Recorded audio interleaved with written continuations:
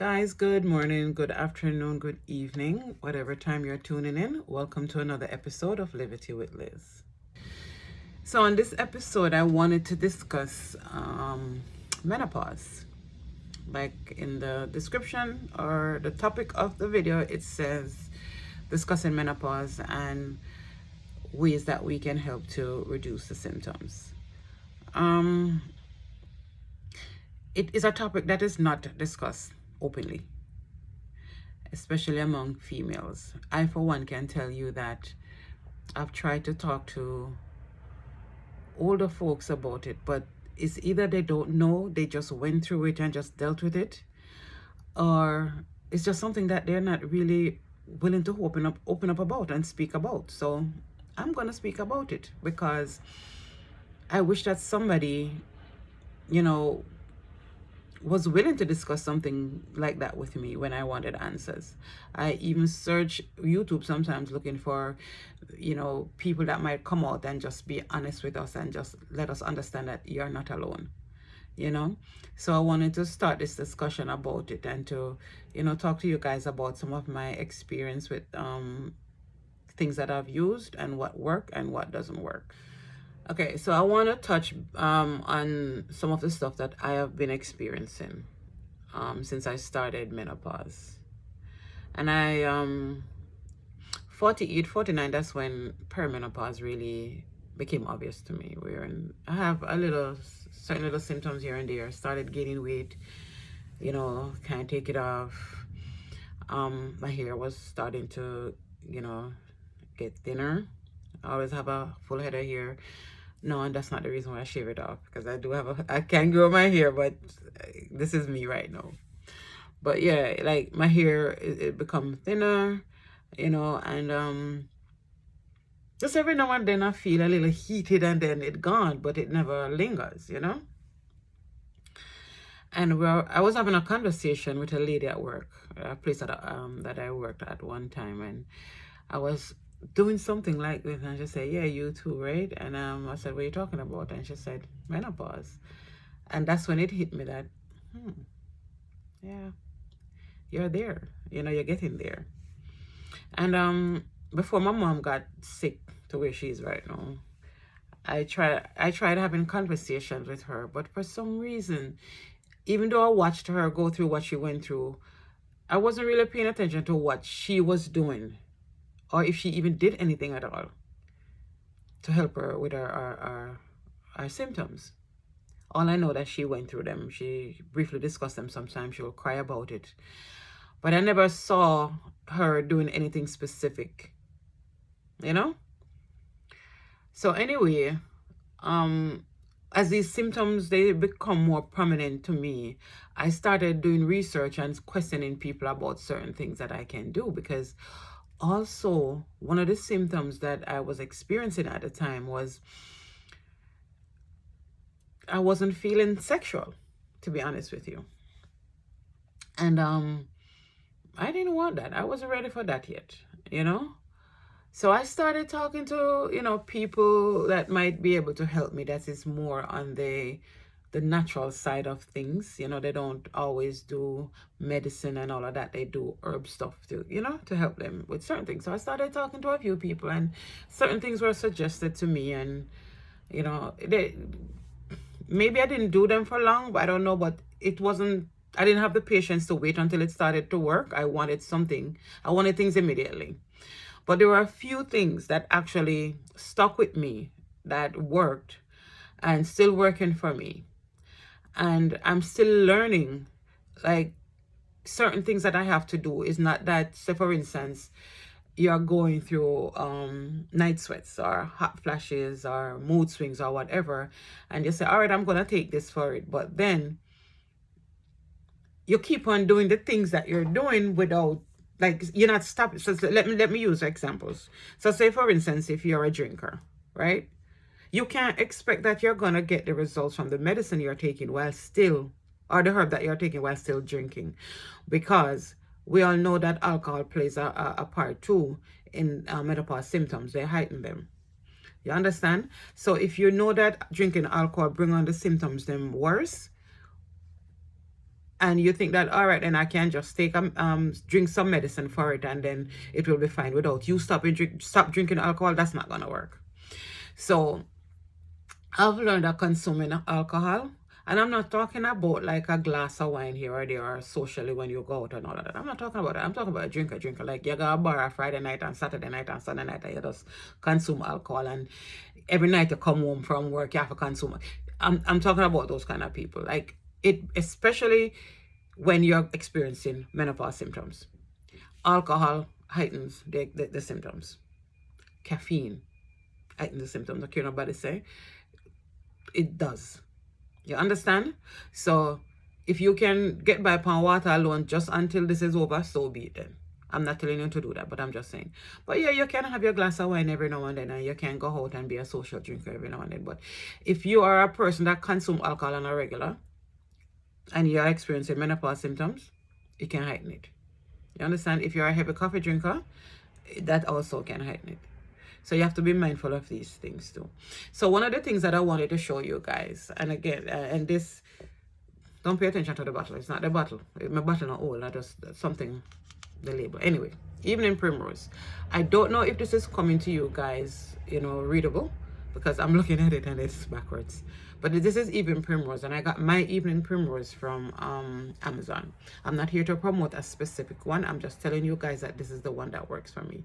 So if you go on Amazon and search up evening primrose, you could read the reviews on them and then see which one you think would be better for you.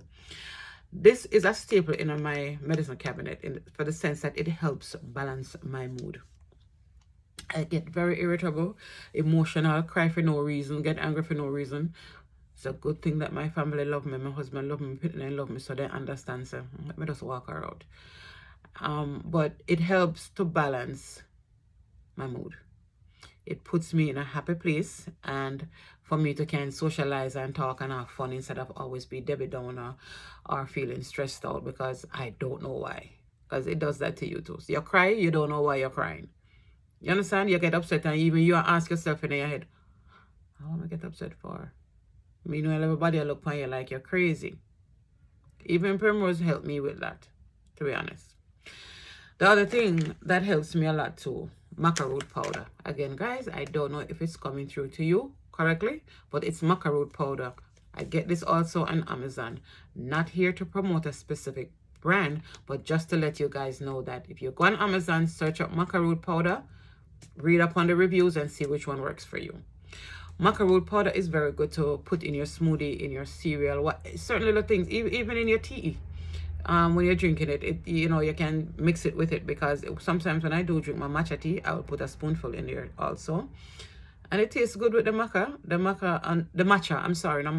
matcha green tea, mixed with the maca root, some oat milk and a little maple syrup. It's a nice, beautiful, beautiful tea in the morning. Again, let me repeat that one. Matcha green tea, maca root, oat milk, and little maple syrup. Nice tea. Yeah, so sometimes when I'm doing my matcha tea, I will put some maca root in it. In your smoothie, when you're mixing your smoothie, put it in it. Some people might say that maca root is for men because it helps their libido. It helps our libido too, because we know that when we are going through menopause, there's nothing sexual about us. I don't care what a man look like. I don't care what no one to make me feel. If me not feel sexy, me not feeling sexy. I'm sorry. That's our menopause too. Menopause can break up a lot of relationship if the man is not thoughtful. So guys, understand what the females are going through. It's nothing personal, honey. It's nothing personal. It's about us, not you. So if you want, you can run out and go buy her some maca root. This do the job. And your libido alone, it can help. It help minds too. And some people might say that it also put on weight on them. It put on weight in a good part. Like, to be honest with you, if you don't want to get your breast them fuller, don't take it. You understand what I say? So it all depends. But it can put on weight in areas where some women might want it and where some don't want it. That's my experience from it. Also, sea moss. Well, in Jamaica, we call it Irish moss. You guys call it sea moss here, sea moss. And also the maca root come in very handy with it, because let me tell you also, a nice cool drink with some sea moss, some oat milk again, because I'm an oat milk fan, and some of this, you put some ice in it on a Sunday afternoon. Yeah. But it's also good to make the smoothie in the morning if you want. My husband is a diehard sea moss person. He do that every morning. So some people, they do that, and the type of work that he does, I guess he need that energy, because that's what the sea moss does. It really give you the minerals that's in sea moss, something like about 102 minerals that we need in our body, and sea moss supplies us with what, 90 something. That's pretty damn good. But it do give you that energy and make you feel vital for real. And mixing it with the maca root, it's a very, very good balance.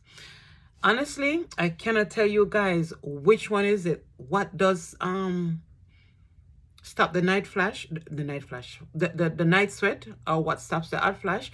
All I know, once you're balancing things, once you're getting things into balance, everything will subside. If you're not sleeping well, it's gonna bother you a lot. Again, especially at night, avoid alcohol intake and avoid too much caffeine. You understand? And your meal, balance your meal. I am not here to tell you what you can and cannot eat, but if it's even one meal of the day that you can use the maca root and you can use the sea moss in, do so, whether you want to do it for breakfast or for lunch. To be honest with you, I wouldn't even advise taking those things in the evening at night when you're ready to sleep, because you want to wind down. You know what I'm saying? So, but at least one meal of the day, try to get that balance in there. And again, also find something to do that keep you active. If you want to go walk in the park, if you want to jog. I like my hiking, and I also like yoga. And yeah, I might not look like say yoga work, because because I'm fat.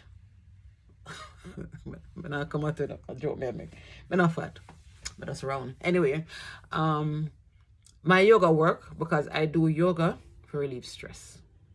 I listen to music on YouTube that basically give you that peace of mind, and just do my yoga to that when I can. I'm not saying I do it every day, but when I can get it in, I get it in. And when I can go out for a walk, I go out for a walk. And I do try to do minimal exercise to keep my body flexible, in the sense wherein at our age, yeah, we tend to seize up very quickly if we don't keep moving. So keep moving, guys.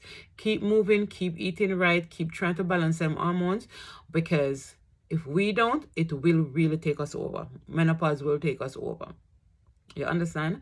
I don't know what to expect after all of this. I don't know what postmenopause is going to look like, but I do see some happy females out there after 60. So I'm looking forward to that. But for now, I'll chalk up my 50s to this is what it is, trying to figure it out. And whatever information I bring today, I really hope that it will help somebody. And if you guys have any information that you want to share, sound off down in the comment section, and just share our experiences and ideas of how you think that other people can cope with it. And for the generation that is coming up behind us, guys, start taking care of it. You see, by the time you hit your 40s, start implementing the things in your life to help you keep that hormones in balance, because you're gonna need it. Don't wait until when menopause come up on you sudden, and then boom, you start crashing your body with all of these things. Start doing that right now. You understand? Start figuring it out and see how you can continue, staying healthy, so that when menopause come, it doesn't hit you like a ton of bricks like it does with me and no other females out there. So guys, I'm no medical expert. I'm just coming to you and sharing with you things that I've experienced, things that I've used, and that you can use too, that might even help you along the way. All right? So until next time, one love. And like I said, if you have any comment that you need to make regarding what works for you, because I'm still learning. You understand what I'm saying? And to be honest with you, sometimes you have to take a break from the consistency of taking these things like the maca root and the primrose, and even sometimes the sea moss, because too much of one thing is is never too good. So sometimes you have to give yourself a break and say, hey, maybe the body's getting too used to this right now, so it's really not doing anything, so let me take a break. And maybe we can add something in between while we are taking a break from the things that really work. Make sense? All right. So again, until next time, peeps. One love.